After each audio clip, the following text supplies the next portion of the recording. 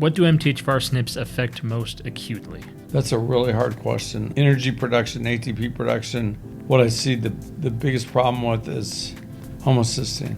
Homocysteine is forever.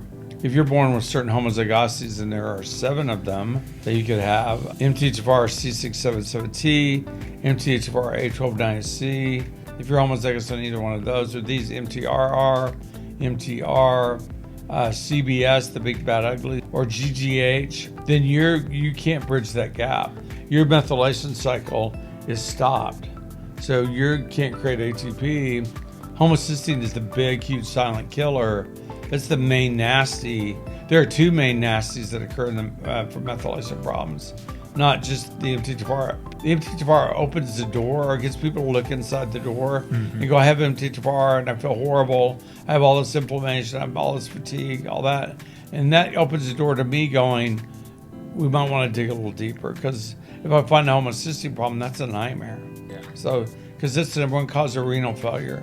It causes heart attacks and strokes. It causes renal carcinoma. It causes probably 30 different cancers that people can't explain because it doesn't run in their family. Hey, homocysteine is incredibly pro-inflammatory. And once you have one of those breaks, you can't ever not have a high homocysteine level. You'll always have a high homocysteine level. What you can affect, though, is the cytokines it causes the release of, because homocysteine does not affect you directly. It causes your monocytes, or white blood cells, to release 2 cytokines too. IL-8, interleukin 8, monocyte chemoprotectant 1, MCP1. You can readily check an IL-8 level. That's what you should check and see how high it is. If you can check homocysteine level.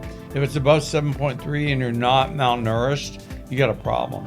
If you're malnourished, it can be low, it can be high, it can be all over the place. So you got to clean up the intracellular vitamin problems first to get an accurate homocysteine level.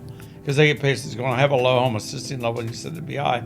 I'm like, I'm still saying it's going to be high because your genetics demand that it will be high, but you're malnourished at a B12, a folate, you're crawling, you're so exhausted all the time. Did you forget about all that? I know you're feeling better, but it's still not been 100 days on the vitamins. So if you're malnourished, your homocysteine can be artificially low.